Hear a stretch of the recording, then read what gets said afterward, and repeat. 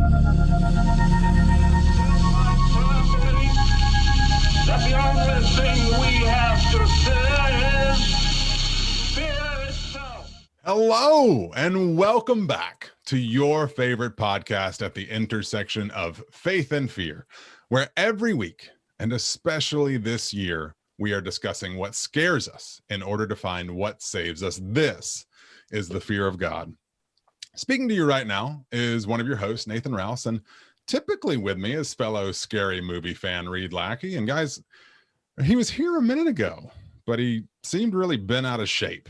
To be quite honest, I don't know if it was a bad day at work or what, but he yelled at me. He said, "I don't need friends, I need fans," which is like a super rude thing to say to your friend of 20 years and totally recontextualizes a lot of things that maybe I'll need him to address when he returns.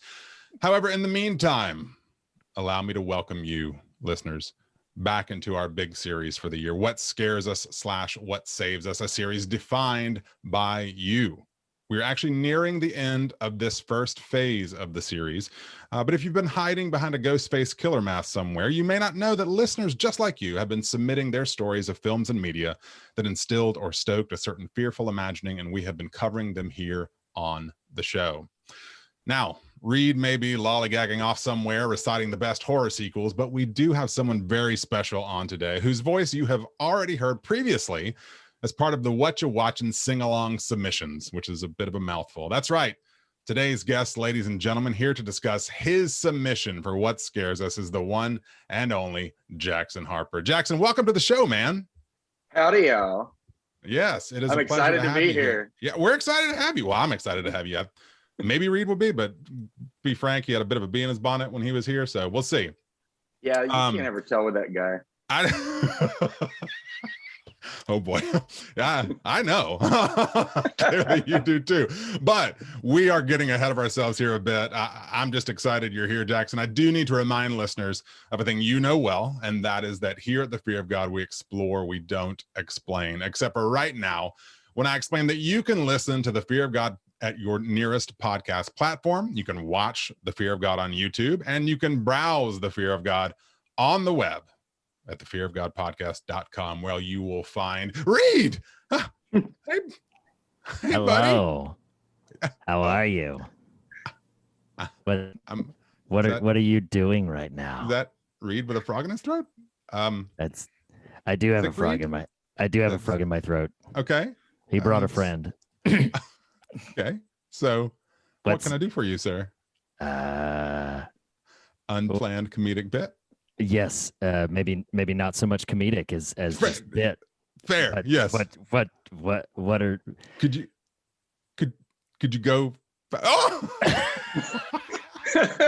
That's how you know the bit didn't work, because you just abandon ship. I'm just gonna turn on video. Just like abandon bit. Yes, yes. Reed. Abandoned bit. Jackson's here. Hey, Jackson, how's it going, man? It's good to see you. Howdy, it's good to see you. I've heard you here. so much. I've never seen y'all talk before.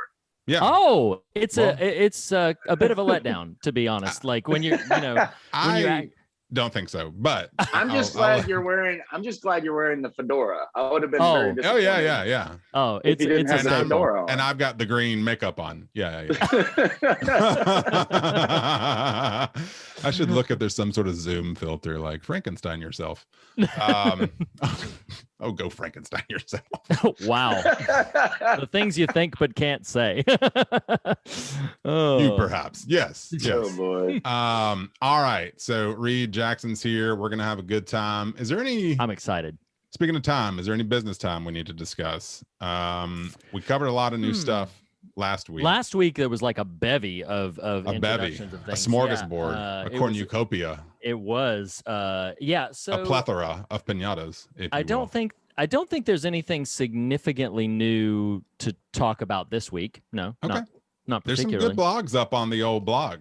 If you haven't been just to generally reemphasize, we've recently sort of gotten a bit more savvy and consistent with posting some new things throughout the week. So it's not just about the Tuesday episode release. There's some fun stuff popping up there now pretty consistently on Wednesdays and Friday, Saturday. So yeah, by all means, just if you get that urge to be like, I wonder what the Fear of God boys are doing, then pop on over to the website. There's probably something new and fun. So. I was glad to see Lackey the Listicle make a reappearance. It won't be the first. It won't be the last. It won't be the last time for Lackey the Listicle. I can guarantee. Was the first. I love Lackey the Listicle, occasionally list making Lackey. I love it. That is one of my favorite. That voice just kills me every time you do it. Hi, everybody. Yes. You can't invoke. You can't. He's gonna get conjured. Like prompt immediately. Jackson's only gonna minimally participate in the conversation. He's just gonna listen to us be idiots. I'm just gonna listen to you. You're gonna be like, do you remember Saturday Night Live, circa early '90s? And oh my gosh, was it Phil Hartman who would be Ed McMahon on the Johnny Carson? Oh man, because it was Dana Carvey was Johnny Carson, right? Yes, and all he would do as Ed McMahon would just occasionally punctuate the moment with yes. So that's what you're gonna do, Jackson. You're gonna be the Ed McMahon. Just laugh at the jokes, Well, I mean, I do. First of all, I've got a bone to pick real quick because boy. Yeah, all the praise and then here comes. I was really hoping y'all would win that election last year. Oh man, see, I mean, yeah, because if you remember, I had a cabinet position all lined up. Yeah, I was going to be the Secretary of Knives. Oh, that's right. Which is very appropriate for our film discussion tonight. That's absolutely right. That's absolutely right. Sometimes things just don't play out the way you expect them to. But you know what? Well, you know what? I can only blame y'all. That's usually the way we feel too. Like we can only blame ourselves. No. That's the way Reed feels. No self-flagellation here. Nathan's like, yeah. Reed always blames himself, and I do too. So, all right. So that's effectively business. So now, before we get much farther into things, Jackson, this is your first time on the show, though you have been a lurker, an occasional sort of participant in the groups and whatnot for some time now. But a thing or a pair of things we like to ask every first-time guest, which now you enter that hallowed hall, is twofold. We are a show about scary material, and attack that from a literal standpoint, from an existential standpoint, what scares us to find what saves us. So I'm curious from you, don't include the film we're talking about today. So twofold. One, what would you say was kind of your gateway drug to the horror genre writ large? Like, is there a favorite film? Is there one that had a real indelible imprint on you that you would say, hey, this one is what kind of started me on this path? And maybe in tandem, maybe intertwined, maybe completely separate from that, I am curious, and I think Reed might be too, of the question, what scares you? And the answer not being a film, how would you answer that? It can be existential, it can be literal, however you want to sort of address that. So I give the floor to you, our guest. All right. So, okay. What got me into horror movies? Well, I grew up, y'all can relate to this. I grew up very conservative, religious, Bible belty, so horror movies were kind of this forbidden fruit, right, if you want to call it that. Yeah. And honestly, one of the first horror movies I ever remember watching was the original Scream. Wow. Because it came out when I must have been, I guess I was 13 when it came out. Yeah, because it came out in 96. So I was 13 when it came out. So I didn't see it when it first came out. But a couple of years later, I went to a buddy's house one night, and his dad had just gotten this new big TV, and he's like, we got DVDs, man. we got the Scream trilogy we got the Scream trilogy on DVD. So we went and we watched the entire Scream trilogy in one night. And honestly, I had never seen any of the movies that Scream was referencing.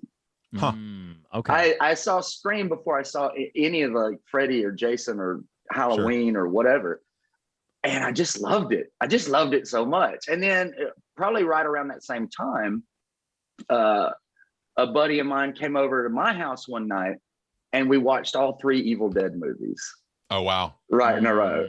So Wow. it's kind of the Scream trilogy and the Evil Dead trilogy were kind of my getting into the genre, because it didn't happen until I was in high school.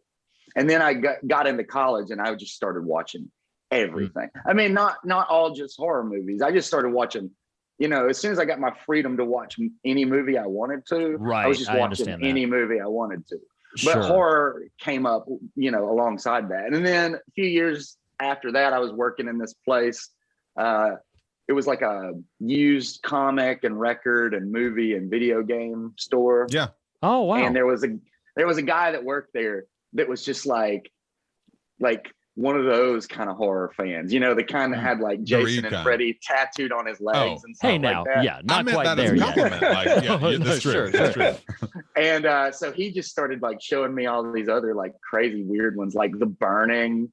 Oh man, or what the one was the about the one? Cropsey legend. Told Yeah. you. What are you being challenging? I think it was The Burning. And then there was like the Fun House, and so I started watching like some of the more obscure Oh yeah, ones. the Funhouse Yeah, is Toby the Hooper. I've got Funhouse that. is I got a nice so Blu-ray great. of that. Yeah, it's Yeah. wonderful. It's a great '80s classic. Yeah, I love it. I absolutely love it. So- We should play a game on here with our guests of like Stump Read. It's not actually as difficult Stump as you Read. might suspect, but I can stump Reed. I can stump you. I bet he will. See, I threw it down, and now Jackson's Yeah, gonna be like, you I went brought and did that. receipts. Have you ever seen a movie called Make Out with Violence? Make Out with Violence. No, I've never even heard of this. Seen No, it. of Yeah. course He's you've never lived it. seen it. Like you're talking Okay. my No, freshman this year of was a- college. This was actually a film that How's was her made name? locally here in Nashville. Oh, Like these guys, they spent years making this movie, like just financing it a little bit at a time. It's a zombie movie where there's one zombie. Oh wow. Okay. All right. So It's clearly like they don't attack the head.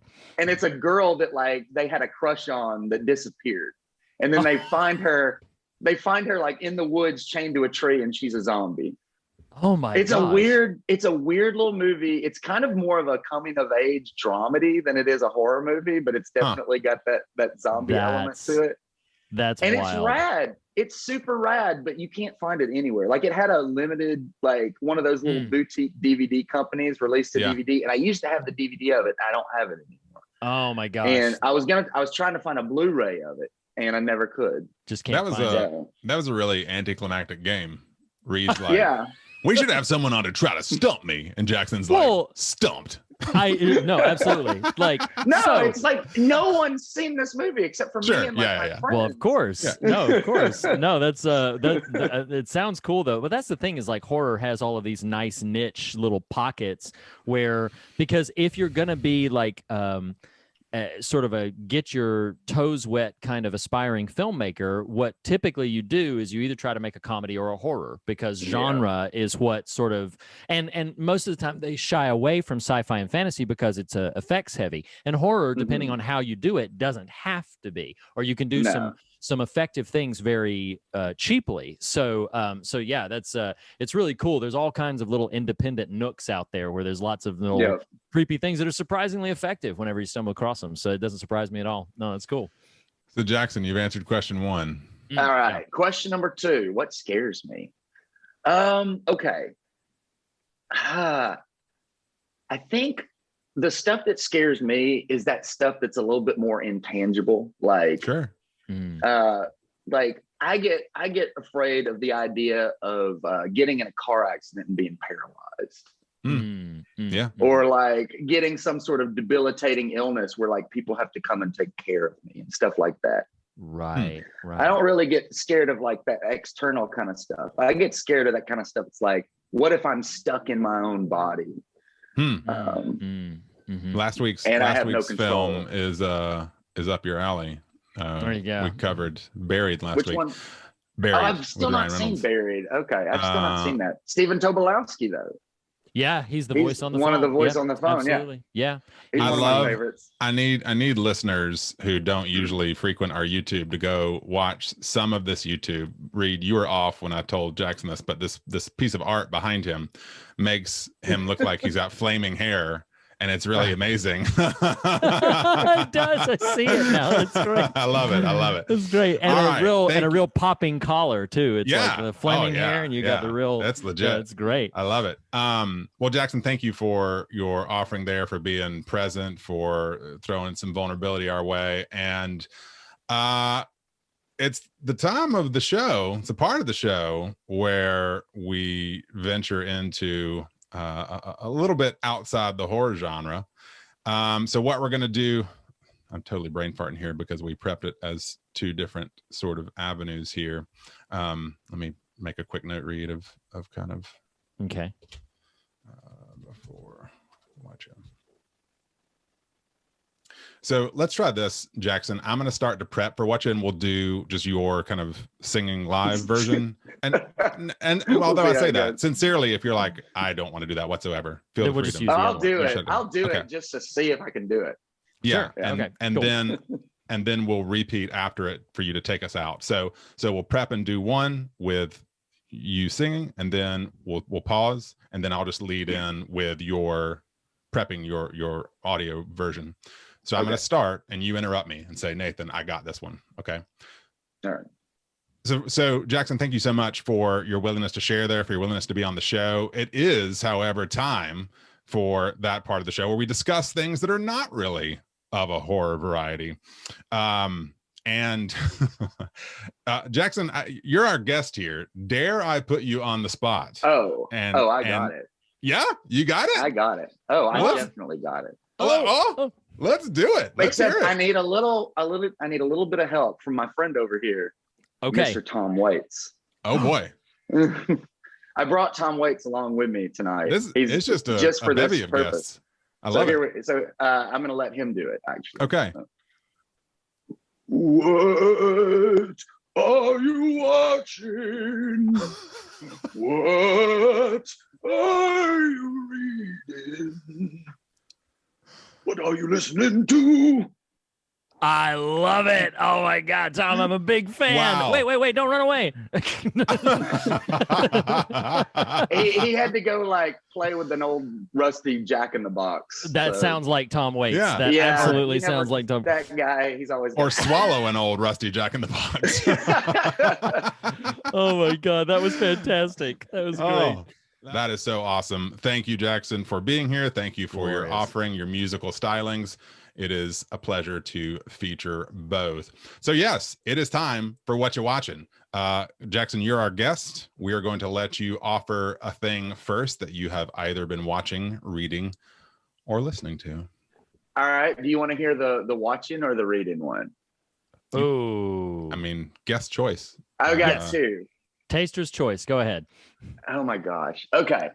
I'm going to talk about a show that's on Netflix that was previously on the Sci-Fi Channel called The Magicians. All right. Oh, yeah. Have you ever seen this? I've never seen it, but I've heard about it and I've been curious. So I'm curious to hear your thoughts.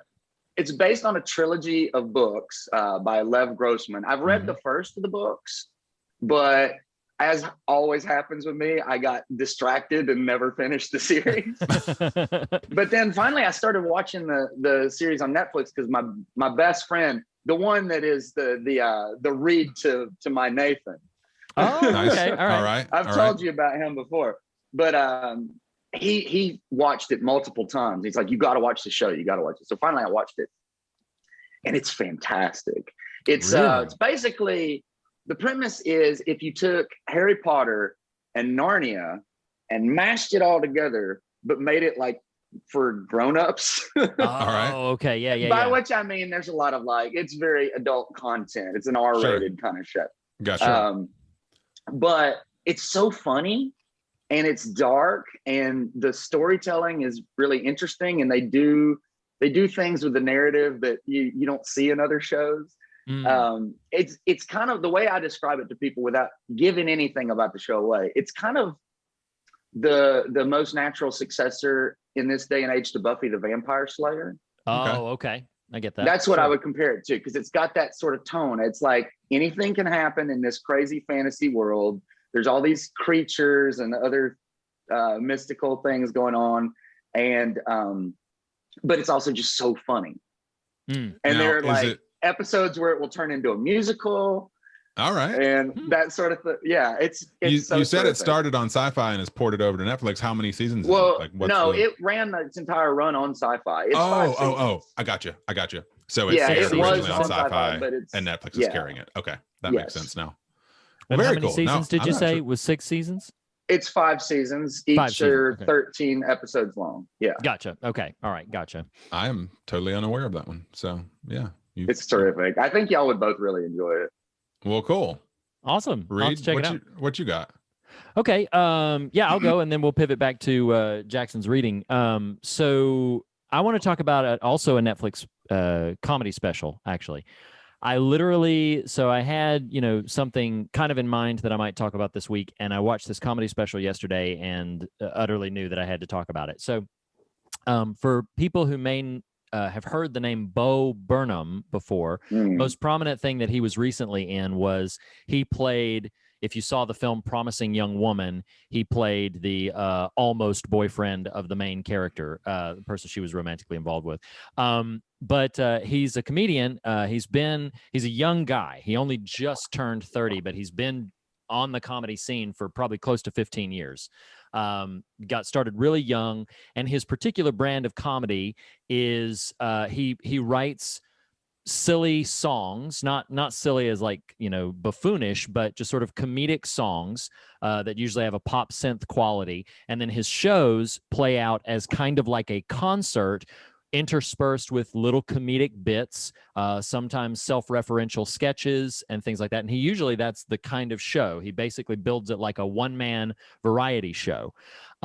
His humor can get really dark in a dry wit kind of way, but dealing with some pretty heavy subjects. This special that I'm talking about is his newest one, and it's called Inside. It was created entirely during the pandemic. So through most of last year, he made this special, and it all takes place in this one room near his house. Just basically, it says it's in his home. I think it's a room that's like a studio off from the main place where he lives. But this thing arrested my imagination and just would not let it go. It's the kind of thing that I find difficult to talk about because I desperately want to say like two things. The first is I really find this fascinating, and I think I want people to see it so that I can get their take on it. I, right on the heels of that comment, want to say this is not going to be for everybody. Like it's not. There's a certain calibration that you have to do to get on the wavelength of what he's doing. It is a show all about. I shouldn't say all about, but it deals with lots of current topical frameworks, satirizing our current culture. But it also, particularly in its last 30, 40 minutes, deals with like some kind of heavy mental illness kind of stuff. There are some elements dealing with like suicide, and on the back end of the special, it has the usual thing that you see with something that deals with that, where it says if you or someone you're struggling with, and here's the help information you can have. But it was a really fascinating piece, and it's quite funny. It's also quite dark in places. His opening bit, I'll just share this to give a kind of a flavor of it. And then it's Bo Burnham Inside is the piece. You can look up the trailer and kind of see. Is it on Netflix or what? It is on Netflix. It's a Netflix exclusive, I believe. I think you can only find like one. Yeah, or two all clips his. on I YouTube. think all his stuff is these. I believe that's right. Yeah. Yeah, he has a deal with them. That's right. I think the only thing that you can find outside of that is just like old comedy stand-up bits that somebody videoed like from the audience. But one of the first songs in it, he starts off basically singing about like, oh man, the world's so messed up and I really wish I could do something about it, but I don't know what to do. And then when he's singing this like, oh man, I just don't know what to do, then suddenly this big angelic light bursts in, and these angelic choir of voices, which are again all him, just basically are like healing the world through comedy, like, and so that's basically what they're prompting him to do. And it's really funny. The one line, to give you a flavor of his satire, the one line in there is, it's like, the world needs direction, and he says, from a white guy like me, and the voice says bingo, and so it's like self-satire, but then it's really great towards the tail end of that very ridiculously catchy song, which I'm not doing justice to in this platform, but to that very ridiculously catchy song towards the end. It said, so if you wake up and your house is full of smoke, don't panic, call me, I'll tell you a joke. If there's a bunch of white guys in a bunch of white cloaks, don't panic, call me, I'll tell you a joke. It's that kind of, and it's just, again, the humor can get a bit dark, but I think it might just be a work of genius. And if you're down for something that's a bit offbeat and kind of experimental, then I would strongly encourage you at least giving a chance to Bo Burnham Inside, because I found it very arresting and I loved it quite a bit. So that's my recommendation. Very cool. Awesome. Jackson, you want to? I haven't seen that one, but Bo Burnham is a genius. He actually, if you think he's a genius, you need to prioritize. I need to watch it. I haven't watched watched his best it, work. Yeah, Meanwhile, I've only ever work. seen him in Promising Young Woman, and I was like, whoa. Well, he directed that movie 8th Grade a few years ago. That was also really, really know good. That. Okay. Yeah. Mm-hmm. And it's a really good movie. Oh, yeah. Absolutely. It was. So yeah, Jackson, before we pivot to Nathan, what was you said you had a reading as well. Okay. So have you ever, there's a Netflix miniseries on now called Behind Her Eyes. Have you heard of that? That one's not one I'm familiar with. No. It's a Netflix like special miniseries kind of thing. But so before the series came out, there's this woman I know out in Kansas City, and she sometimes recommends books to me. And she recommended this book, Behind Her Eyes. And the last book she recommended before that, I loved. It was terrific. It was called Dark Matter. Can't remember the author. But so I was like, okay, I'll read Behind Her Eyes. So I started reading it, and I did not particularly care for it. It was very slow. And so I'd messaged her. I was like, this is not very interesting. She's like, yeah, it starts really slow. Just give it some time. So I read it, and then I just couldn't take it anymore. So I put it down. And I didn't pick it up again for a couple of weeks. And I felt really guilty because I was trying to impress this woman a little bit. that'll breed all sorts of commitment. Got to finish this. So book. yeah, anyway, so I messaged her and I was like, okay, I'm going to finish reading this book. So I started it again. And it was so slow and it's so boring. And I put it down again and I didn't pick it up again. It took me like 2 months to read this book. And it's not a very long book. It's like 300 pages. Finally, I get to the end of it. And the ending, I got to say, the ending was gnarly. I'm not going to say anything about what the book's about. Is it a novel? It's a novel. Okay. And ostensibly, it's about a woman who is having an affair with her boss, but she also befriends her boss's wife. Oh, okay. So that's the basic bare bones premise. But then the ending goes someplace insane. Wow. So all right. So I messaged her and I was like, okay, that was a really gnarly ending. But overall, I just did not care for that book. It's like, why did you love it so much? And she's like, I hated it, actually. I'm like, wow. I just got punked here. I just got punked. I'm going to make him read the worst piece of trash. And I was just like, well, why did you have me read it? And she gave me a pretty good explanation. She said one thing that was really interesting. She's like, we always talk about stuff we like, but we don't ever talk about stuff we don't like. We don't ever recommend it to people.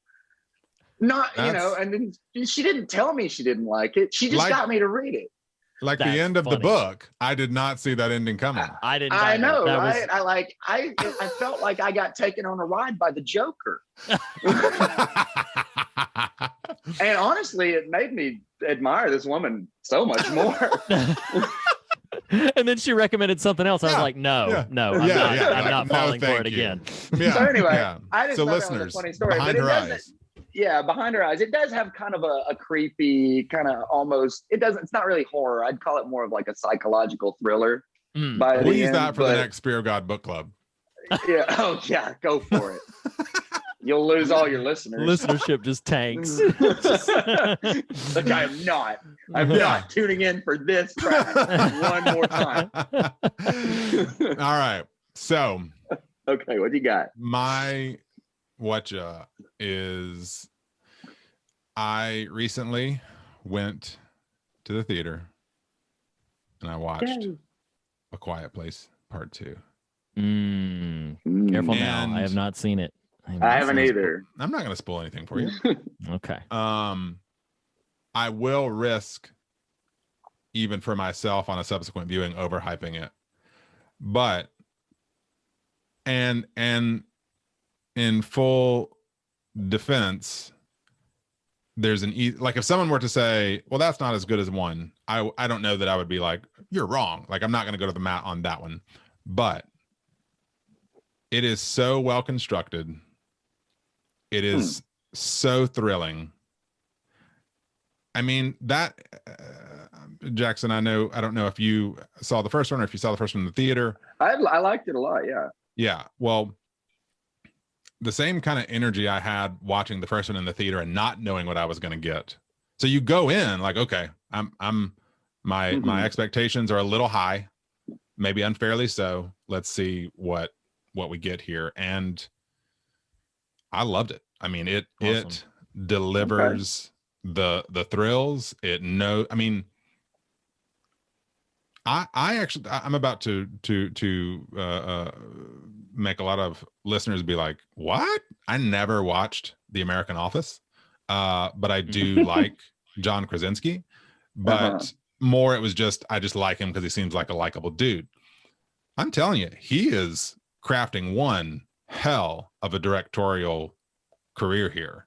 I mean, all those things you kind of loved about, you know, the Jurassic Park Spielberg era, he has mastered some of that skill. And I mean, some of the set pieces in the new film, I mean, still just kind of edge of your seat. Our family went, we did the whole rent a theater thing. So it was kind of just our crew of about a dozen.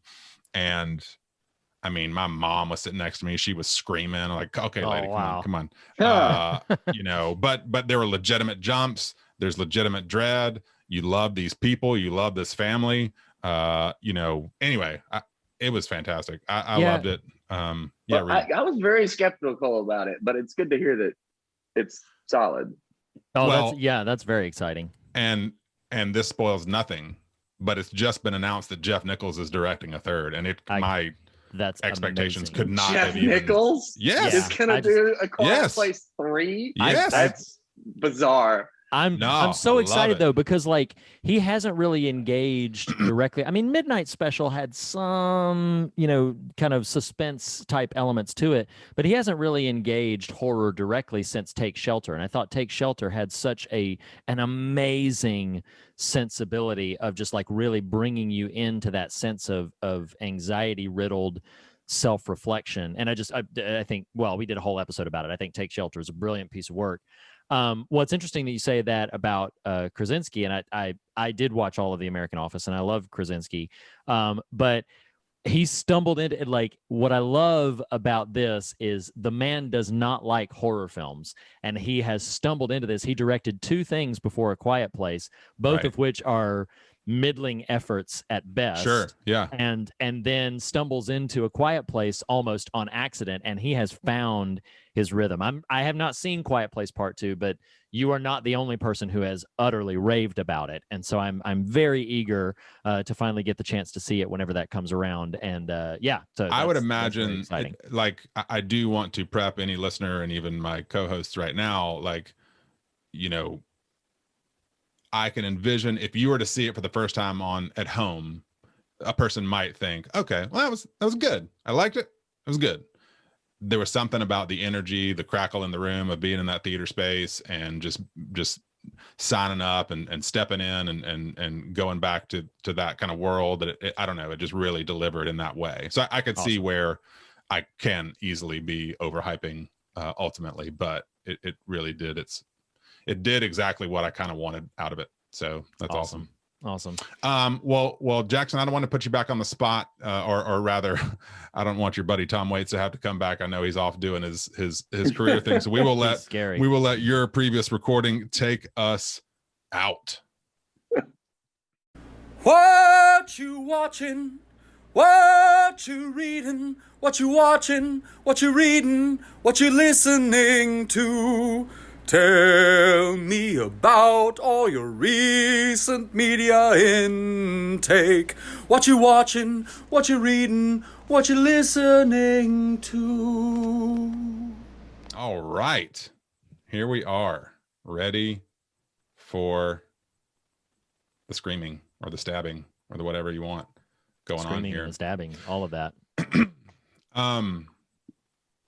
Jackson, with folks we've been inviting on during What Scares Us, this is kind of the part of the show where we would kind of pivot to you to just share a little bit about the piece we're talking about and kind of what made you offer this one. Don't feel like you have to read something verbatim if you don't want to, but just kind of when hearing the Fear of God pitching, hey, submit to us what scares you.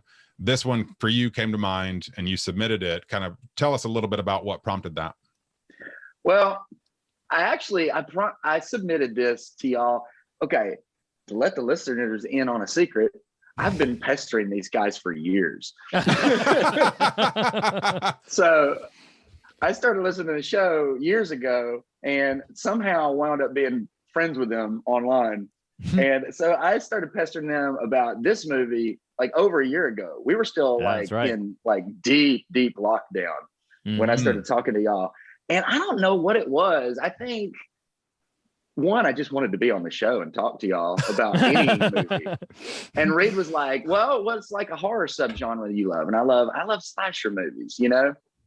I'm not sure why, but for some reason, this one was the first one that popped in my mind because I think, well, for one thing, it kind of gives you a way to talk about the Scream franchise as a whole. That's true. Even though the Scream franchise is apparently not done, as we've learned. Yeah. But I think this is a good movie to use to talk about the Scream franchise as a whole, because I think everything that the Scream franchise is doing is encapsulated really well in this film.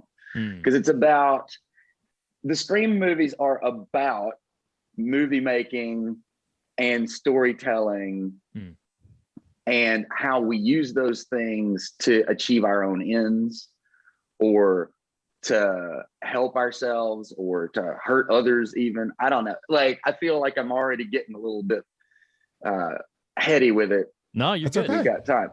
I'm not real good at talking about this stuff like off the cuff. Yes, that's not the word I was going to use. The word I was going to use, it completely escaped me. But anyway, that's all right. No, well, it's a good offering, and I know for me, I hadn't even seen this one, so I appreciated the opportunity to get into it. Well, what did you think of it? I liked it. I mean, I think that and for anyone who hasn't seen this one yet, the rough summary is Sidney Prescott, Neve Campbell's character, is resolving a book tour about her experience as the central figure in these. Is it West? What's the name of it? Westboro. Oh, yeah. That came to mind. I thought, surely that's like not the it. Yes. It's like I thought that's what I was conjuring, and I was like, I think okay. no, but I think it's Woodsboro. I think this one. Woodsboro. Yeah. Okay. Woodsboro. Yeah. We were sort of right. We should accounts. Cut that out. That's embarrassing. Nah, that's all right. No, it's okay. So she's resolving her book tour about her experience at the center of these Woodsboro sort of events of the first and subsequent films, and of course. This new crop of young people is at it again. Those rascally teenagers in Woodsboro, and new murders set up or kick off inspired by the original sort of storytelling, and extemporaneously. That's the word I was looking for. It's funny. Okay. I thought that might be the word you were looking for, but I get in trouble. Okay. I get in trouble for finishing people's sentences and correcting folks. I just had to get that in there. I thought of the word. Okay, go back to what you were saying. Let me ask y'all a question to sort of pivot into this, and this we'll maybe go from this to that ain't right, Reed, unless you've got something else after this. But nope, that's good. Something that kind of came to me today. So I didn't get back around to rewatching any of the first three, but I did go listen to The Fear of God episode, 90 something, 70 wow. something? Yeah. It was a while ago. Yeah, We were for sure. Mentally, I can still see us. We were sitting right there at Halloween Horror Nights. Yeah, recording. We were so young. That episode. Yeah, I went and listened to it too. Yeah. Yeah, It was delightful. I actually think it's in the 70s. If you go look in the 70s, Steve Beckley can help us out on Facebook after this one airs. It's during a run of I Love the 90s, and so this one was featured on there. So I did go listen to that partly to refresh myself with how we had addressed part one, and also to refresh myself a little bit on the events of the film. And so, you know, I want to throw to you guys who I know Reed's an ardent Scream fan. Sounds like you are as well, Jackson. My question is what do y'all think of the new cast in this film? And I'll kind of address it for myself before kind of opening it to whoever. One, I was actually really impressed with Hayden Panettiere. I thought she's the MVP of the movie. Yeah, for me. I watched She owns Heroes it. back in the day, at least season one, and don't remember much about my fondness or not for her talent or whatever. So seeing her in this, I was like, oh, okay, you know, this 11 years ago, this makes sense. Young, you know, pretty actor. Here we are. But she's really strong in it and really delivers and has a great look and is really charismatic and compelling. But what really stood out for me, and this represented itself listening to our initial Scream conversation, is how strong that first film's cast is. Specifically, I'm thinking Jamie Kennedy and Matthew Lillard. And like, I don't care much for Skeet Ulrich, whatever. Like, I can take him or leave him. That's no big deal. But Lillard and Jamie Kennedy in that first film are so fun to watch, and so 90s, both of them. Sure, but Like even just 90s guys. Yeah, but even just the nature of their performance capabilities, I think what I'm trying to say is, watching this one, I felt very uninspired by the younger cast. But maybe I'm being overly harsh, and would love to hear some kind of feedback or thoughts on that. Well, I think my initial response is, and I don't know if this is an excuse, because I would agree with you, but I think part of what's going on is that the younger cast in this is specifically acting as kind of surrogates to the main cast. So you have your new version of Sydney, you've got your new version of Randy, you've got all of these characters who are kind of playing. They're not quite archetypes, but they're sort of, smaller, younger, fresher models of the versions that we got in the original series. And so as such, they feel a bit retread, whereas Matthew Lillard's character and Jamie Kennedy's character, Randy, they felt very fresh and new in the initial installment. This would probably be controversial if I ever just like threw the list out there, but like the listicle ranked, I was asked for a little project that I'm working on to rank my 25 favorite horror movie characters of all time. And in the top 25, I put Randy Meeks from the first Scream, because I feel like Come on, where did he place, Reed? He was 13th. He was 13th. Okay. But the reason that I put him there, and the reason that he was so high, is because I feel like that whole new wave of like metatextual stuff that has been coming out through the 2000s, I feel like Randy Meeks was maybe not the first character to embody that, but definitely that's the benchmark for what we think of when we think about a character who's in the story, but also knows all of the rules of the story and knows where they are and how they function within it. Jamie Kennedy does a fantastic job. I still feel like I love the scene. It's one of my favorite scenes in that movie. I love the scene when he bites it in Scream 2, but I still feel kind of the pain. I feel his absence in the, he has this brief little cameo from a video recording in Scream 3, and then of course is totally absent from this one, and I think his absence is felt. So all of that to say, I agree with your kind of general take on the younger cast. What do you think, Jackson, about the I think that yes, Nathan, you're right. Like the cast doesn't have, aside from Hayden Panettiere, who has so much just pure charisma, like that's what she's doing a lot of the time. She's just using her natural charisma. And then you get the scene where she's like listing off all the horror remakes. That was great. And it's just, an incredibly emotional scene where she's Remake. just saying the name of movies. It's crazy. But apart from her, yeah, you don't really have anybody like a Matthew Lillard. That's just that like ball of energy that can't be contained. Right. But I still think that they're good. I think Emma Roberts is really strong as kind of a new Sydney type. Sure. And I don't know, you get that Culkin kid in there. He's pretty good. Yeah.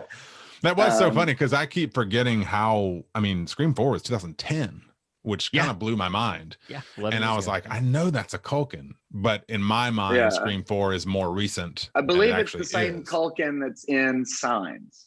Am I right? Is it the same Rory. Culkin? Yeah, okay. yeah. Yes, Rory. Culkin. And I think, is he in,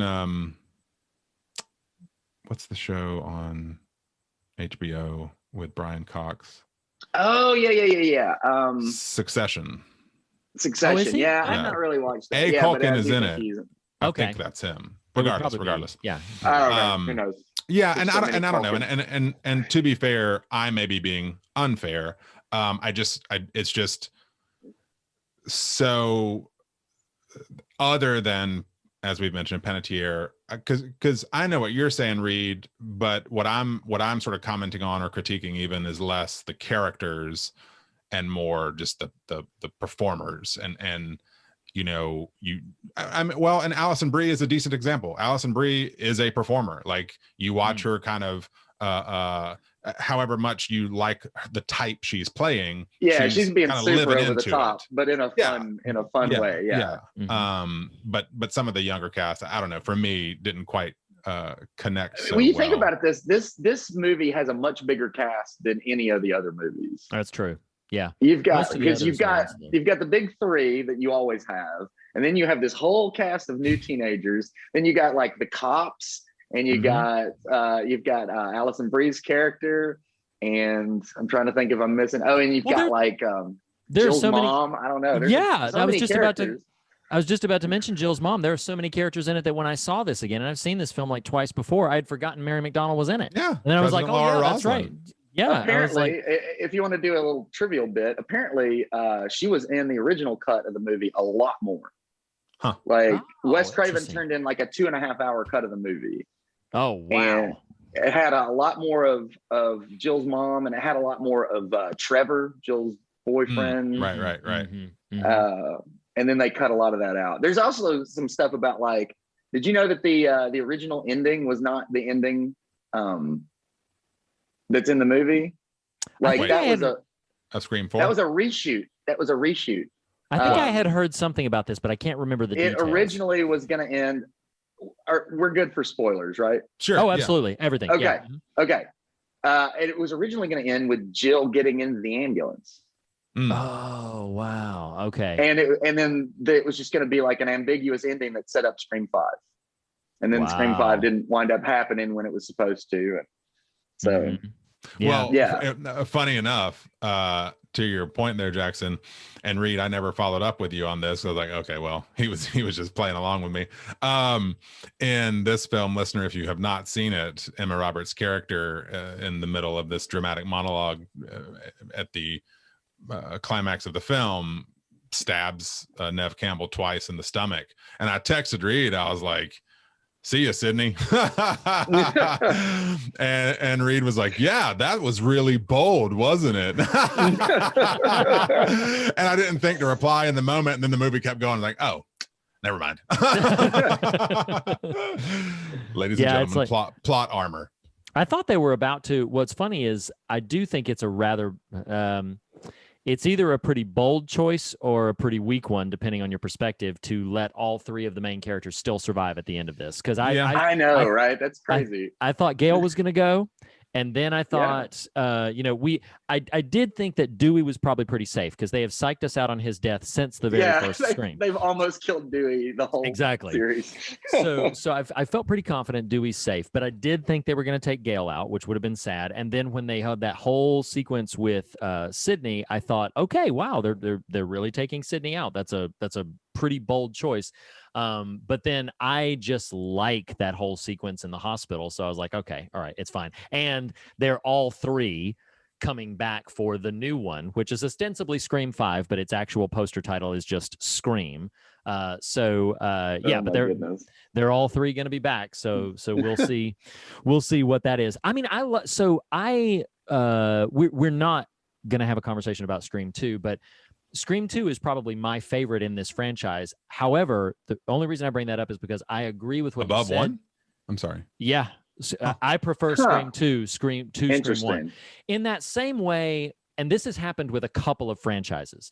The two big ones that I'll mention, because it's most obvious, is this is true of Nightmare on Elm Street Part 3 versus the original Nightmare on Elm Street. This is true of Conjuring 2 versus Conjuring 1. And this is true of Scream 2 versus Scream 1, wherein if I have my objective cap on, that the originals are stronger films. They're better constructed, they're tighter, and they set the stage better, so they're better films.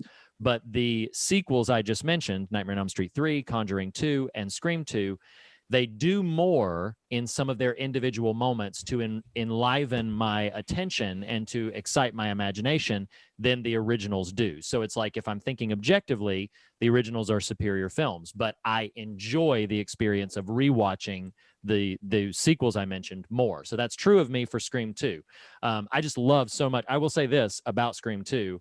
I do think it's got a tremendous amount of energy, but to me, the most suspenseful scene that this franchise has given us at all is the scene when Sydney and her friend are in the back of the cop car that Ghostface was driving. Oh yeah, and they have to exit that is it good. by crawling over his knocked out body. That is one of the tightest suspense scenes that this franchise has given us. And so I love that about it. But there's several other moments in it that I just really get excited about. That having been said, I agree with what you said, Jackson, that I think Scream 4, perhaps by design, gives us a lot of what this franchise just delivers well. It's kind of, this is not a backhanded compliment, but it's kind of like one of those things where you just watch it and you're like, yep, that's a Scream movie. Like this is Yes. exactly, Yes. This is exactly what we signed That's up kind of for. how I felt. Yeah. I was like, Yeah. there it is.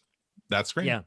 So to that end, it's one of those things where, like, if you love this franchise or if you're down for this, Scream 4 is really easy to enjoy. If it's something where this franchise has to work to impress you, then Scream 4 may not be your cup of tea, or it might be something that that you have to put in a little bit of effort to get on the wavelength for. But I really enjoy it, and my soft spot for the Scream franchise is in my household, where my wife, I love watching movies with my wife, but she is not always very down for the horror stuff. There are a couple of niche franchises that I never have to even ask her to go. She's gonna go see Scream with me in the theater when the new one comes out in January. So like, she loves this franchise. That's awesome. So pretty much every Halloween we'll usually queue up one of them to just rewatch just for fun. So yeah, soft spot in my heart for this one, because it's one of the things my wife and I enjoy. Patting your wife on the back, kind of like Candyman to my wife. I was like, "You want to watch Scream?" She's like, "Nah, I'm good." No. To sort of recenter us on this current film and to get us going, because I mean, come on, you guys, we are a show that talks about horror movies and what's more horrific than things that just one might call ain't right. So let's have Andrew Nelson, our new songsmith, who offered us recently his tune to the brand new That Ain't Right theme song. Ladies and gentlemen, Andrew Nelson and That Ain't Right. That ain't right, it ain't right, nothing right about it, no, it ain't right, no, it ain't right, no, that ain't right, it ain't right, it sure as hell ain't right, it sure as hell ain't right. That ain't right, that ain't right, that sure as hell ain't right. All right. Thank you so much, Andrew. Well, Jackson, Reed, it is the time, is the part of the show where we don't talk about a list of scares. We don't talk about, well, this scene sort of did that, this scene sort of that. This is where we categorize our That Ain't Right, singular scenes that we would categorize as That Ain't Right. We each get one. All right. Okay. No cheating, no multiples, just one. And Jackson, I'm going to prattle on for just a second, but you're going first, okay? So Why do want I you have to go first? Because you're the guest. Because I don't know which ones y'all are gonna pick. It doesn't matter. It doesn't matter. Okay. We We let you go first because you pick your Right. main one. We go top to bottom. So Okay, you pick your okay. number one, All and right. you get the privilege of breaking us in. So And because your flaming hair is so awesome, I want you to go first. On Jackson, of Scream 4, what would be your favorite moment that you would watch and say, now that ain't right? Okay. No I pressure. had to narrow it down. I think, well, there was the moment I mentioned earlier. My favorite moment in the whole movie that I mentioned earlier is Hayden Panettiere on the phone with the killer right. toward the Mhm. end. But that's not the Okay. one I'm picking because that's really, I don't think that's what you're asking. I'm going to have to go with the death of Officer Perkins. Mm-hmm. Oh, Yes. oh man, the Played stab by, through the what's it? Oh, what's Anthony the guy's Anderson. name? Anthony Anderson. Yeah. Yes. F. The I didn't know he was stab- in it, and I was like, I love me some Blackish. Stabbed straight in the forehead. That was terrible. Yes. It was so Like- awful. And then he's stumbling around. He's still like incoherently talking. And then his final yeah. line, which Oh. I will not quote, but awesome. it's pretty funny.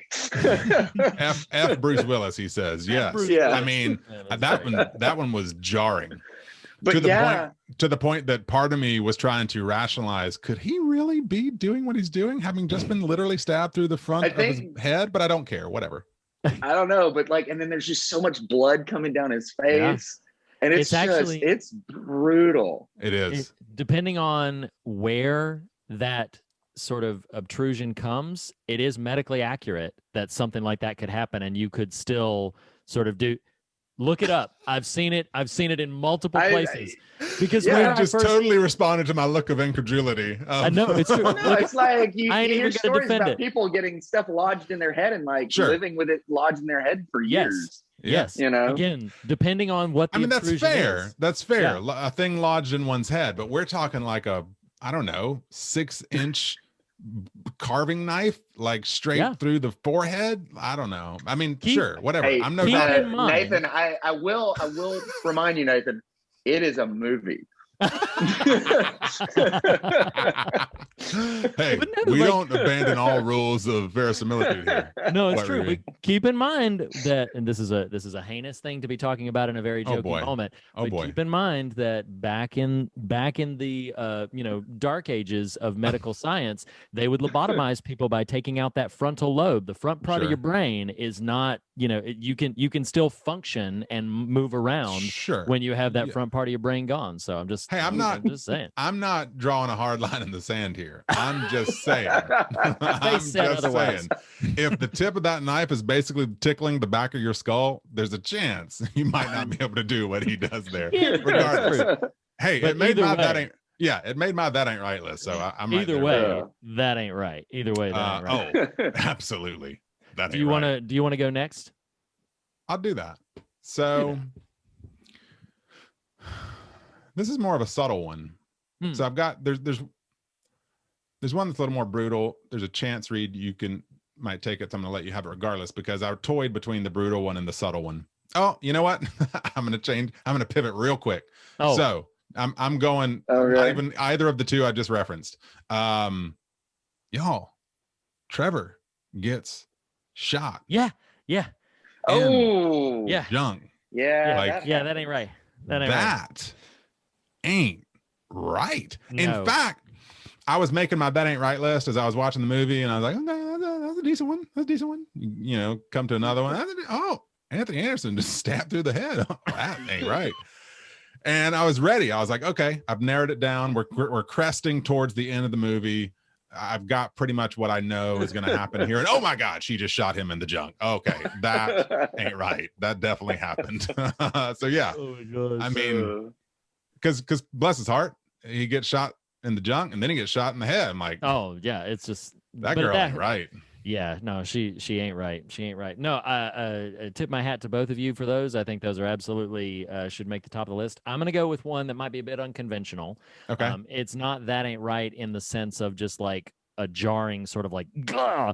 But my that ain't right is actually after she has stabbed Sydney and she's fairly convinced that Sydney is out of play, but she has to set the stage. So Yeah, she looks that was like a victim. almost on my list too. Yeah. And so then she proceeds to just continue. So she pulls up her gosh, now I'm forgetting his name. The guy she was originally in cahoots with. Charlie. Charlie, that's the name. The Culkin. Yeah. So she takes Charlie and like scratches her own face and pulls out her own hair. Then she like stabs her own shoulder with the thing, gets so mad she like kicks a table, but then she just proceeds to just continue to like dives backwards into a glass table. I'm sitting there, the more these things progress, I'm like, this ain't when she ran right. Yeah, she rammed her head. Did you say that? She rammed her head. Well, she rammed her head into the picture frame, just the more that, and it just keeps building and building and building. And I was like, this ain't right. So and it was already on my list. It was going to be my selection. And then she poses herself.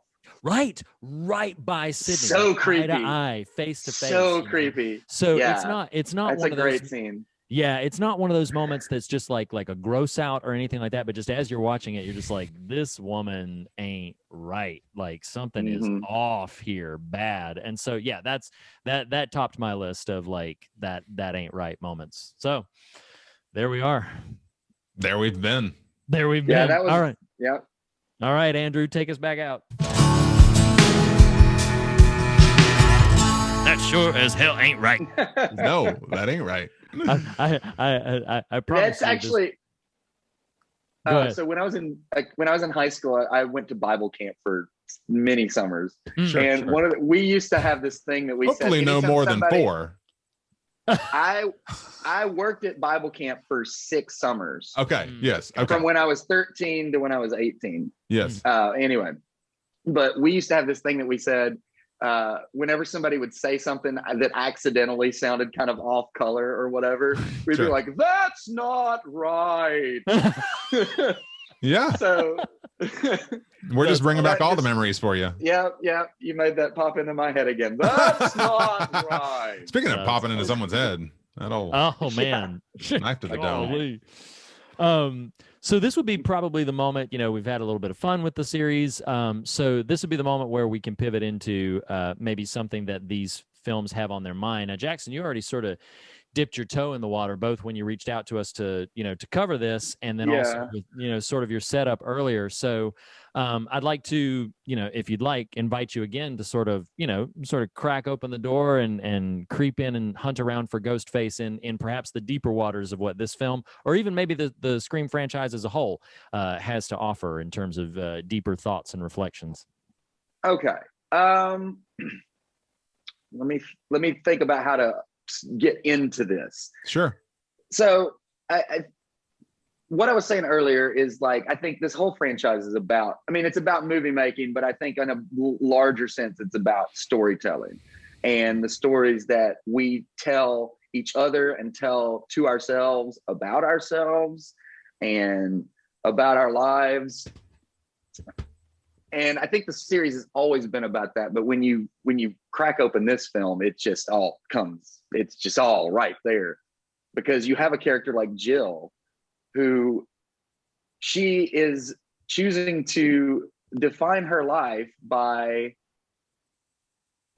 being a survivor of a series of grisly murders, because that's the story that she's grown up with, and everybody loves Sydney. She talks about it. She's like, Sydney. Everybody loves Sydney. Everybody's always talking about Sydney. And she's like, when is it going to be my turn? And so she engineers it by like finding some other psycho kid in her school and carrying out a murder spree. It's completely, it's wild. But when you go to the series as a whole, like Ghostface, and this is something I told y'all, off pod, it's like Ghostface is just this big story that people just keep picking up and telling over and over again. Because it's not like Michael Myers, Ghostface is always a different person or people. Right. It's a mantle that people take up for whatever reason, but it's usually, well, in some cases it's revenge, but then you got a character like Jill, who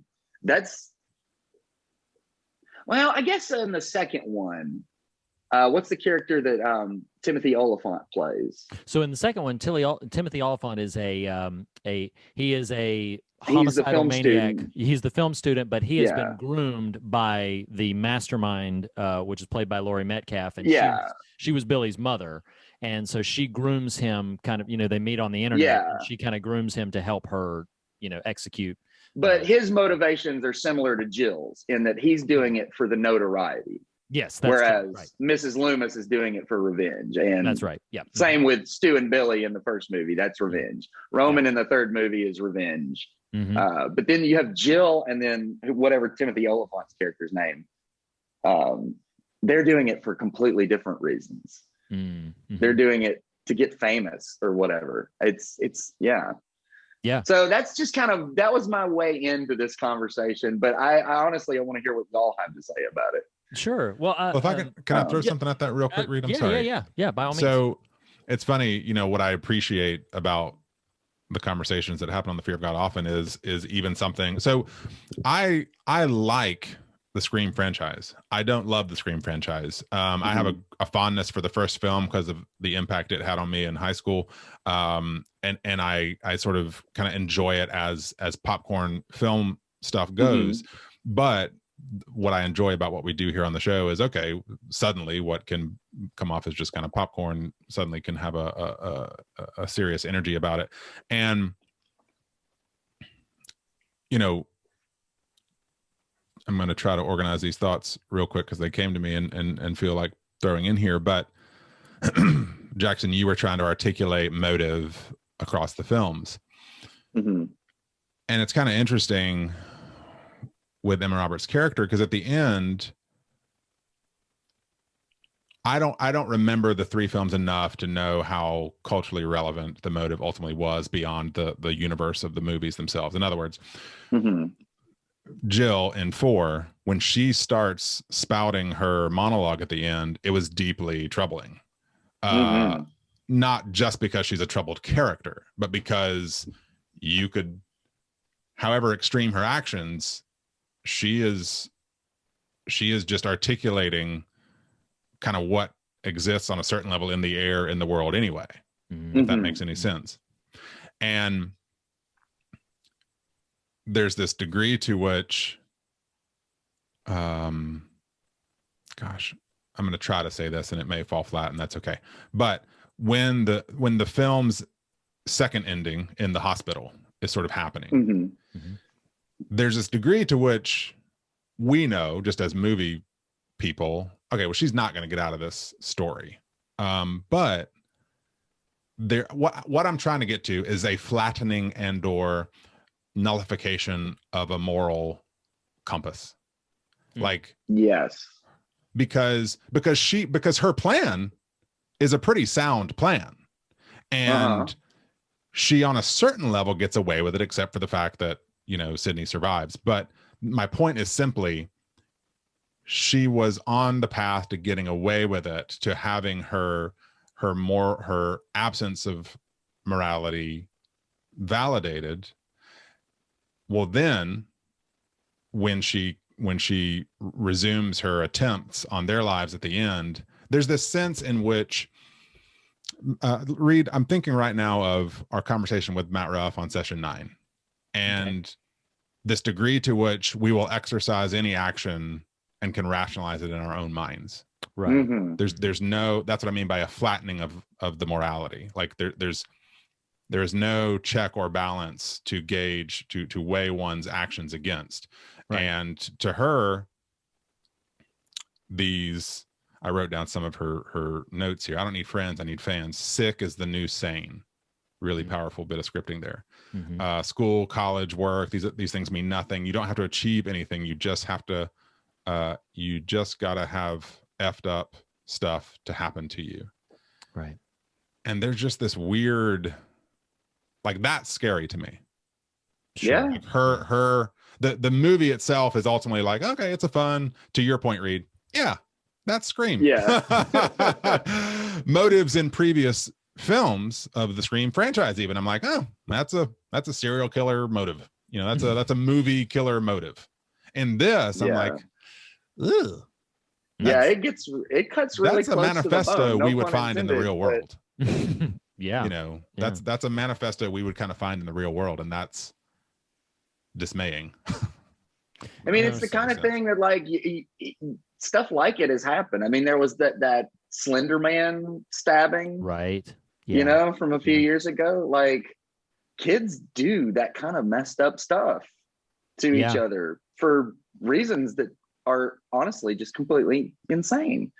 Yeah. Like, And there's always been this debate when these Wes Craven has, you know, fought against it. He fought against it his entire career.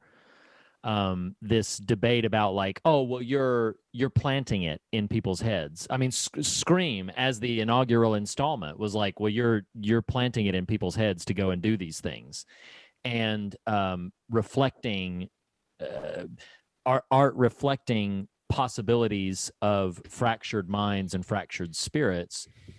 And I think what's really upsetting about the notion that I think sometimes the language of woundedness only leaves.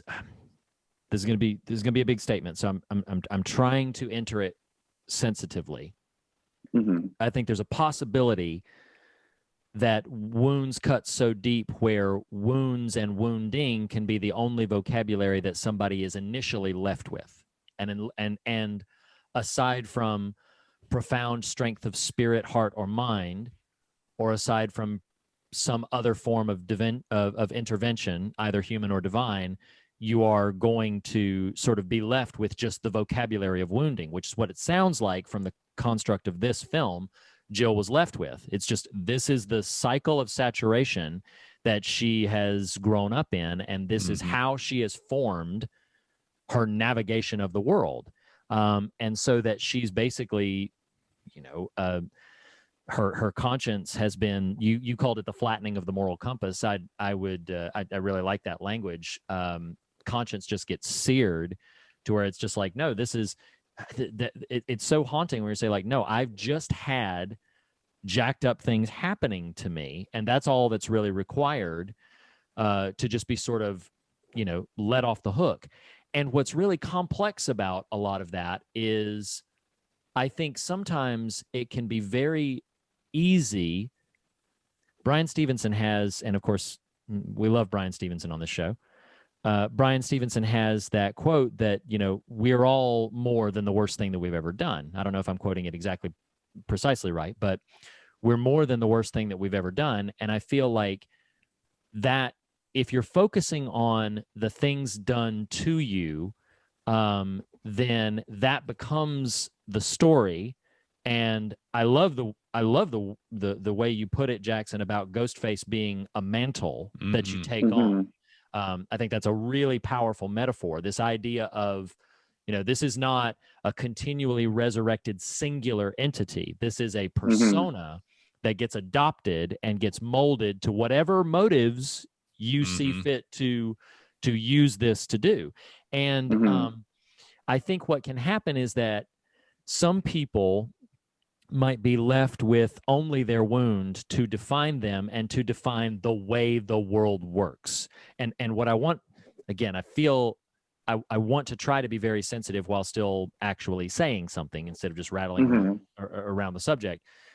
This notion of, I'll say it in the really reductive way, not because I agree with this way to put it, but a lot of times people say like, well, you can't just be a victim forever. This is what Sydney's journey is in Scream 4. Sydney has written a book called Out of Darkness that is all about her. I mean, let's talk about Sydney in a little bit, because I want to talk about her like as a character absolutely. in more detail. But yeah, absolutely. So just as the hinge point for this part of the conversation is just that that's her journey, is she's like, I'm coming out of victimhood. I'm reinventing myself and I'm coming out of darkness. So I'm leaving victimhood behind. And I do think that's, you know, that's an honest sort of wrestling and reflection that has to be considered, of just like, okay, are you just carrying on, I'll use this language, the mantle of victim as the end verdict for your story, and is that as far as it goes?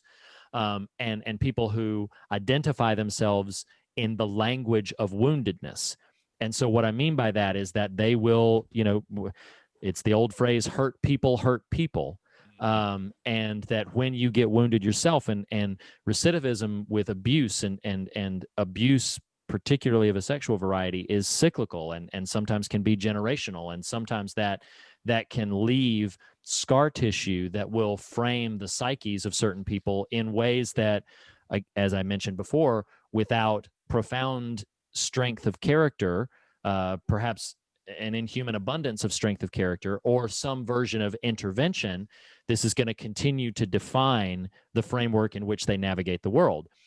Also, to that end, there's people who can, the reverse course of that is that there are people who will indict the actions or behavior of people without any consideration of the wounded framework which may have positioned them to do what they've done. And I think for myself, as can you rephrase that? Or yeah. So I'll say it using a tangible example. If we know that somebody has been a victim of profound abuse of some nature, and that's what we learn about them first, then there's going to be certain degrees of sensitivity to how we view their response to it. We may agree or disagree with how they choose to respond to it or what happens afterwards, but there's going to be probably a certain degree of sensitivity and sympathy. But if somebody does something heinous for which they are then, held to account, and that's the first thing we hear about them, if we then discover that they had heinous abuse or trauma that happened to them way back in the day, my experience or common encounter is that we don't care about that right now, because the first thing that we were introduced to is that in other words, I'll use the Scream 4 characters. I don't care what kind of crazy jacked up stuff happened to Jill, because that person ain't right. Like, that's my immediate response to her. It's like, sure. I'm seeing what she's doing, so I'm like, no, that's not right. Whereas if there's a character that I see something heinous happen to them first, and then I see actions and progressions proceed from there, I'm going to automatically generate a certain degree of sympathy, a certain degree of possibly empathy, depending on the situation, that kind of helps me to understand what's driving their choices. All of that to say, I think it's terribly complex when we're trying to unravel this myriad of things that are done to us and things that we do in response to what is done to us. And I think that's we often, I shouldn't say we, social media and internet unhinged can sometimes be terribly reductive about those conversations and terribly dismissive about those conversations, when I feel like those should probably be handled with a lot more nuance, a lot more sensitivity, a lot more education. And I'm not saying that absolution and abdication just, rains down like a hurricane. But I am saying that oftentimes we make very simple, reductive sort of verdicts about things that are generational and supremely complex. Sure. In other words, it takes a lot. I'll wrap up with this, and then I'll pivot to whoever else wants to take it up next. It takes a lot for you to get to the place where you put on the mantle of Ghostface. I'll say it that way as a little bumper sticker. It takes a lot to get you there. And it's like, I think this is the line in the first Scream that is said by Billy, where he's like, movies don't make, movies don't create psychos. Movies make psychos more creative. And that's his sort of, thesis, is that it's like, no, don't blame this on the movies. It took a lot to get me here. It took a lot to make me put on this mask. And I think we forget that in terms of, things we would observe of people who've hurt us, or things we've observed of people hurting each other, that probably deserves a bit more attention than we're willing to give it at first. Hopefully that made sense, but that's my response to kind of what you're laying out. If it doesn't make sense, I'm open to challenge. But I don't know, Nathan, what do you think? This sounds like I'm being combative. I don't think it takes much to put on the mask.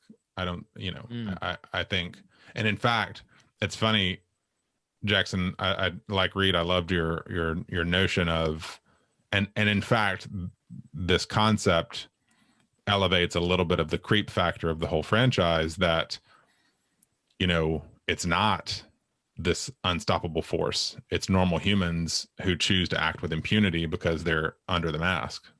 In other words, it's not Michael Myers, who is this entity, this shape kind of idea. It's not Freddy Krueger, who's this literal whole other type of being. Like, these are just people who realize I can get away with this thing because of anonymity and exercise what was already there. And that's all I mean, Reed, when I say I think it's easy.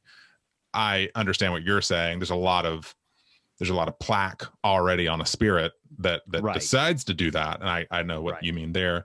Because honestly, when the notion of Ghostface as Mantle, as anonymizing agent entered the conversation, what I thought of was the KKK. I was like, that's what this is. That's it's exercising violent tendencies with impunity and then an effort to return it's somebody to some in sort a of robe civilized and a society. hood and Yeah. It's real people doing terrible things anonymously in the world.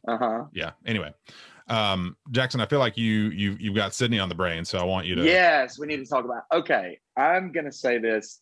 I'm gonna drop a bomb on this podcast. Oh boy, you're gonna stab a knife through the forehead. He's gonna throw a grenade in a backpack. Yeah. Oh, I think that Sidney Prescott is the greatest slasher heroine of all time. Sorry, Laurie Strode. Sidney Prescott has you beat. Them are fighting words. And I think that now the reason I believe this is I love Laurie Strode. I love Jamie Lee Curtis. Oh, of course. In fact, there's a lot of connective tissue. Jackson, don't back up now. Commit. I think there's a lot of connective tissue between this movie and Halloween 2018. Okay. I think there's a lot of parallels there, which we could talk about all night. We don't have time. But the reason I think that Sidney Prescott is the superior character is because, unlike Laurie Strode, Sidney has had a like linear character development arc throughout the franchise. Like Laurie Strode, like she disappeared from the franchise for a while, then they brought her back, then they killed her off, then they brought her back again. And she's not a consistent character, really. Which one did they kill her in? I can't remember. They killed her in Resurrection. Resurrection. Oh, I didn't see that Resurrection. Yeah, she dies at the beginning of Resurrection, and it's ridiculous. That movie's terrible. It's the worst. Yeah. Yeah, but anyway, I think Sidney Prescott is better because she has a consistent character arc that begins in the first movie. She's a high school kid. That's it. Yeah. You know, she's had a terrible thing happen a year previous because her mother was murdered. But other than that, she's a high school kid. Second movie, she is in college and she's trying to move on from this trauma that she's experienced. But it comes back, you know, it won't let her get over it. You know, her trauma just persists because somebody else takes up the Ghostface mantle. Third movie, the beginning of the movie, she's secluded. She's living off in the woods. Yeah. Like very paranoid. But she's working as like a crisis hotline operator. That's right. Like she's still trying to help people because she does have this sort of goodness and decency to her that she can't let go of, even though she's chosen to seclude herself. She's still trying to help people. And then of course in 4, she's come out of the darkness. She's like, I'm fine. I'm done being traumatized. I mean, not traumatized. She's always going to be traumatized. She's like, I'm done letting that define me. Right. You know, and she's got some pretty swift moves too in fighting off old Ghostface. Oh, well, she's been doing it for almost 20 years. Yeah. Yeah. No, so I've got a minimal. It's been 15 years between Scream 1 and Scream 4, 96 like and 2010. Yeah. I've got a minimal horse in that race, but I want to hear Fighting Reed Lackey come out on, you know, Laurie Strode v. Sidney Prescott. What are your what are your thoughts, Mr. Lackey? No. Okay. So this is gonna be the lamest fight that you've ever heard. Okay. So no, seriously. I haven't heard many fights. So no, because Jackson's 100% right about Laurie Strode's sort of like, if you're looking at it as a franchise, she was, I mean, it was all over the map. Like they killed her off twice in the franchise. Yeah. Because she's killed off. What was the other one? in Halloween 4, it's shown that I haven't seen that one either. died, and then in Halloween H2O, it is revealed when she's suddenly back that she faked that death, and so then in Halloween Resurrection they kill her off like on screen, and then she's back in 2018 because we just reboot this franchise 4 times. So yeah, no,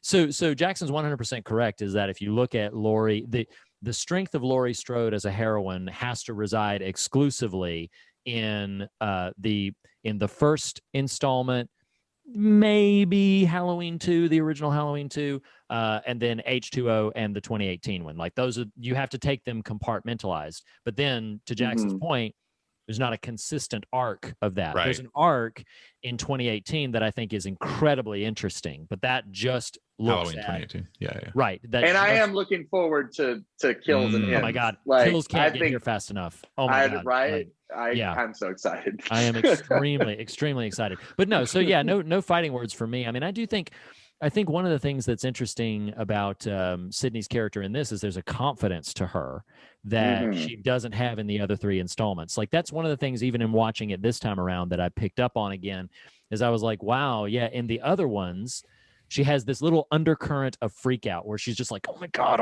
it's happening again. But when this happens, there is the moment that I'm thinking of specifically in the film is when she comes up and sees, and God, I've forgotten the name of the girl who gets killed when Ghostface comes out of the closet. And then they just Olivia. Olivia. Okay, that scene, that was almost that ain't right. It's pretty brutal. Yeah, same here. That was the brutal one I was referring to. Real brutal. Yeah, that's a pretty brutal scene. But check out Sydney's reaction when she comes in and sees the room just, splattered with blood everywhere. Her reaction is not one of an undercurrent of panic. It is pure exhaustion. It's pure weariness. Yeah. She's just like cotton weariness. I Look what I just did. I handed you that one. I was just like, here you go. Yeah. But she's just spent on this entire thing. It is, and I do find that interesting because then whenever she fights back. Of course she fights back.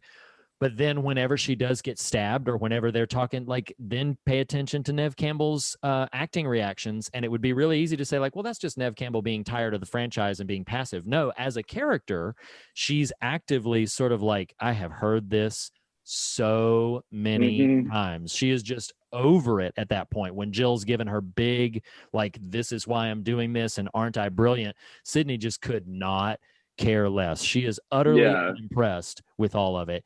And I think that there's a certain freedom and confidence that she has found in being able to move past, probably through a significant amount of off-screen therapy, but to be able to move past a lot, but to move past this notion of being defined by, the suffering and the things that she had witnessed and had happened to her, so that when it does begin to rise again, that there's almost an inevitability to it.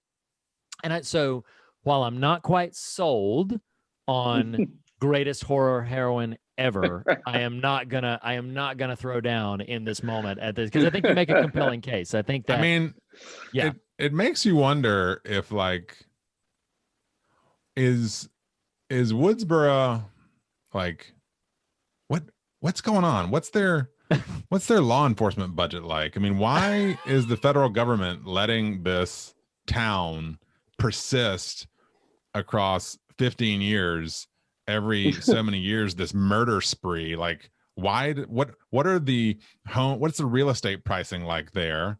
Why would anyone ever consider moving there? What's in the water? Like, come on. There are some extra textual questions that demand answers. Certainly. I mean, statistically, it's still safer than Haddonfield. That is true. Yes, Haddonfield has a higher body is count. It? Because according to y'all, Haddonfield's like in pocket dimensions here, and like everyone's dead there. That's true. That is true. That is quite true. There's like the whole Rob Zombie dimension. Sure. Oh yeah. I mean, which who wants to live there? Let me just sidetrack. Did y'all hear the news from just earlier yesterday? about Zombie Zombie. directing The Munsters. The Munsters. I'm like, that What is on earth is this? I am a very big Munsters fan, and so Rob Zombie, like, I don't need my Herman Munster like disemboweling the neighbors and dropping f-bombs. Yeah. I am Yeah. really curious about it. I can't help curious. it. I don't know. I don't want to really know curious. what. they Anyway, do. that's neither here nor there. I had to bring it up though because it's been on my brain. No, of course. Anyway, but I think that. Oh no, go ahead. Go ahead if you have more to say. Oh, I was just gonna cycle us back into talking about Woodsboro as a town. Yeah, sure. Because honestly, Woodsboro is only the setting for the first one and the fourth one. Oh, that's Oh, right. yeah, that's right. 3 is Yeah. Hollywood. Yeah, right. 3 is Hollywood and 2 they're off at college. So That's yeah, right. but is it a college? And is it Woodsboro Community College? Like, Wow. No, I Not don't think Woodsburg. I do not believe that they are supposed to be in. They're at a prestigious university, okay? It has Yeah. frat Uh-huh. clubs, you know, Mhm. like on the outskirts of Woodsboro. Right. That's my point. You can't Wow. tell me where it's located. I'm going to assume it's Woodsboro. And it turns out Woodsboro is actually like Derry, Maine. You know, it's like there's Oh, okay. something lurking under the surface there that Sure. needs some excavating. But I think too that like that's something we've referenced just recently, Laurie Strode, and I'm about to introduce this notion where to a sequel of a film that I will not get to see for like several months. But one of the things that I have heard that I find very interesting and energizes me even more about the upcoming Halloween Kills is I did hear one sort of little teaser interview that basically said Halloween 2018, Halloween, as I've heard it called by some podcasters, that basically like that is talking about this notion of, well, what happens when trauma cycles back around, like invested trauma, infected trauma that reinforces itself 40 years later. And then Halloween Kills is going to address, at least in part, now what happens when that trauma spreads out to the community. And so, like, that's why they've made a big deal in the trailers. That's a really interesting notion, right? And like in the trailers, Anthony Michael Hall plays the little kid who was bullying. Gosh, it's not Tommy Jarvis because he's from the Friday the 13th series. I forget Tommy Doyle. So there's the guy who was like bullying Tommy Doyle, but then they have the Halloween movie, it happened to this whole town, and I'll bring it back to Scream in just a second, and then maybe this will be our path to sort of like wind everything down, is that in the town of Haddonfield, in the town of Woodsboro, like we concentrate on the few characters that we've latched onto, the Sidney Prescotts, the Laurie Strodes for the Halloween franchise, the Deweys, the Gales, like we latch onto them because they're our eyes through which to experience this story. But it did happen to this whole town. It happened to all of Woodsboro.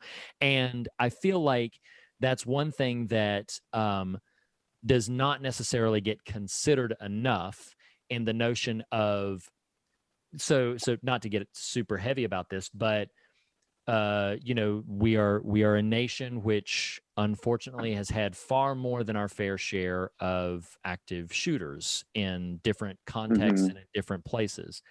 The closest that conversation ever came to my own household was there was one at the high school that is just literally about a mile away from where I live.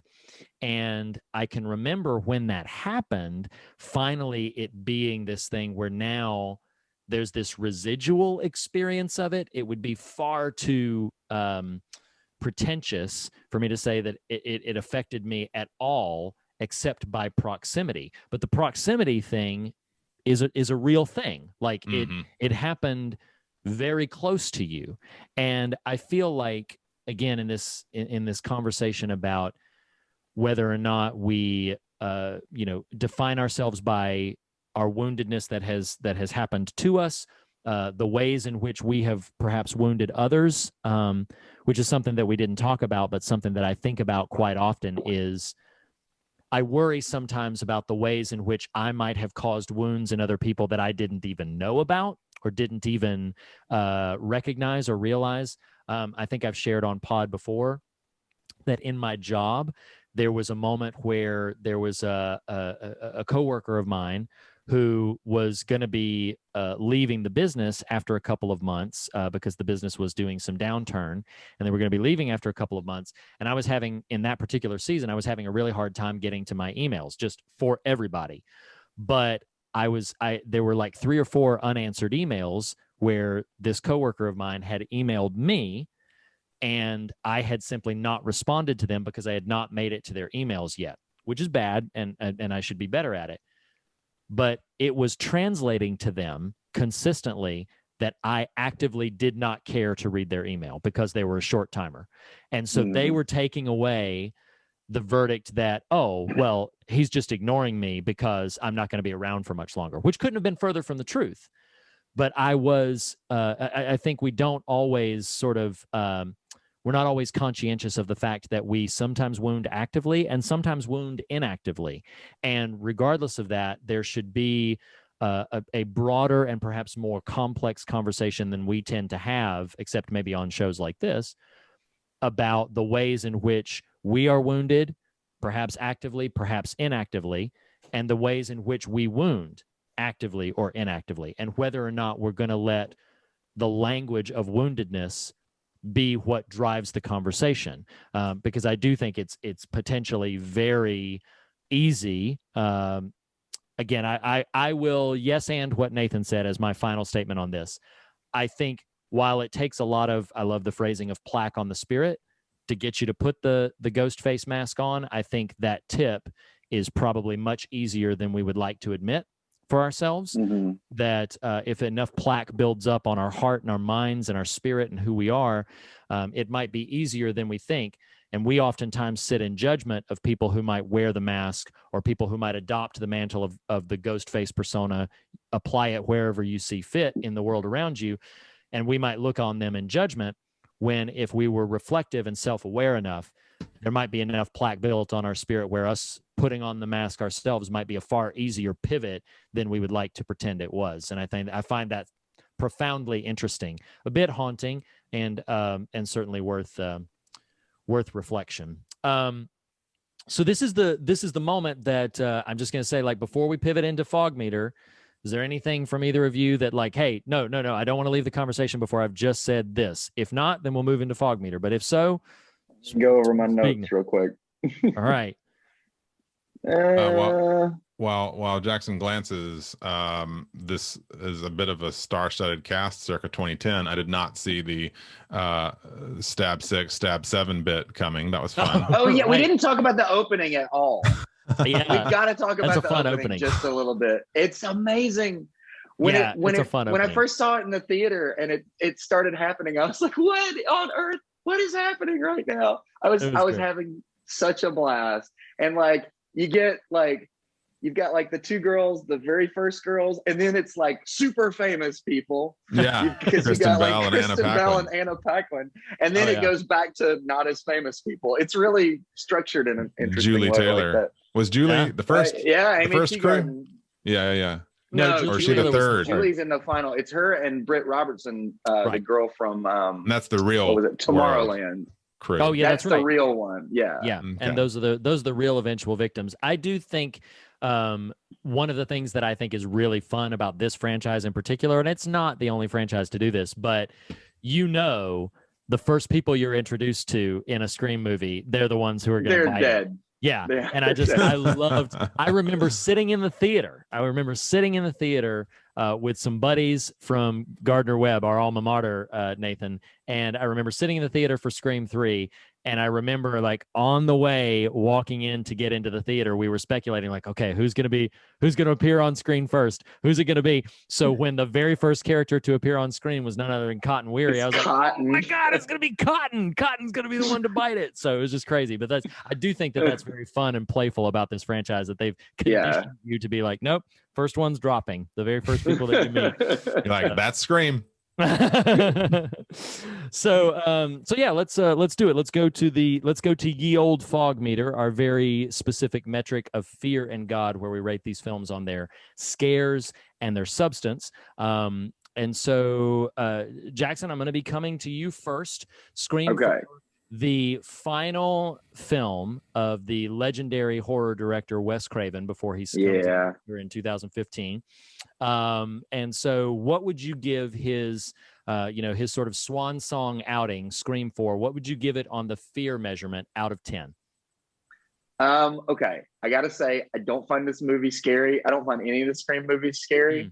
Mm-hmm. I find them really thrilling and fun. But I'm gonna give it. I don't really find any movies scary, you know? Sure. So I go by like stylishness and entertainment value. So I've got to give it an 8 though. Okay. I find it just such a fun movie. Awesome. Nathan, what would you give it for fear? I think some of the brutal nature of some of the deaths, coupled with Jill's monologue and subsequent read, as you outlined for us, self-mutilation, really raises the bar. I will go 7 on all right scares. Fair enough. I'm actually just gonna follow the little trend and go 1 down. I'll give it a 6. I feel like it's one of those things where I again agree with Jackson. I feel like it's not really the kind of thing that's kind of nightmarish, as it were, but it's thrilling and fun. And as a testament, as I mentioned earlier, my wife actively enjoys and loves these movies. So it's not something that, she finds off-putting, which she tends to do with more horrific material. So yeah, I'm going to give this a 6 for the fear measurement. Now for the God measurement, while I don't consider this, as I've already said, I don't consider this to be the strongest film in the franchise, one of the things I love about the Scream movies writ large is how much they tend to have on their mind. And I do think that they have some very interesting things on their mind, possibly this being one of the most sort of self-reflective of exactly what we are becoming as a culture. And I think it is possible. I think a case could be made rather easily that this is one of the most thoughtful entries in the franchise in terms of how it is trying to sort of unpack this particular kind of traumatic systemic situation. That doesn't mean that it's overall a very thoughtful film, but I think its subjects and its ideas are pretty strong. So to that end, I'm going to give it a 7 for the God meter. Going in reverse order, Nathan, what would you give it for God? I'm going to follow your lead from the first go around and give it a 6. I applaud what you see there. There's a world where, to me, it feels like, okay, well, how can we make just something resonant for 2010 and follow at the same time follow the Scream formula. So I don't know if it's as reflective as it is just doing what it does, but I'll give it some credit for it and give it a 6. Okay. And Jackson, bring us home. What would you give it for the God meter? All right. I think when you really sit down and unpack specifically the character of Jill and her motivations and how unsettling that is, and yet how prescient it is, I'm gonna have to give it an 8 again. All right. I'm gonna have to give it an 8. I think there's a lot going on underneath the surface in this movie. Awesome. No, very good. So that means that we collectively give Scream 4, Wes Craven's Swan Song, a 7 out of 10 on the fog meter. Certainly a very solid showing, as it were. And so I think probably maybe a much easier question to answer for all of us is start with you, Jackson. Would you recommend Scream 4 to people? Absolutely. Yeah. Without question. Nathan, how about you? Yeah, I don't emotionally connect to the Scream franchises as much as perhaps y'all do, but they are fun. There's a way in which it's the consummate horror franchise of the modern era. And so from that standpoint, it's kind of dumb to like not enjoy them on some level. And so, I think they're easy recommends. Yeah, I totally agree. I mean, this is it's something that I think is really easy to revisit, and I think it's something that's pretty accessible. So yeah, I highly enjoy them, and we all recommend them. So that's pretty great. That's awesome. So that concludes this conversation about Scream 4. Jackson, thank you so much for submitting this. Thanks for having me. Yeah, thanks for coming on and having this chat with us, man. This has been a whole lot of fun. Hope you've had a good time. We're going to do this again. This was really fun. Back. This would be great. So with a bit of a tear, next week is our last installment of the first half of the year for hashtag What Scares Us. And we've been putting this off for a little while, and you can put it off no further, Mr. Rouse, because I broke us into this with Pumpkinhead. You did. And I've been dying to hear. Down. Yeah, I've been dying to hear. So what have you chosen?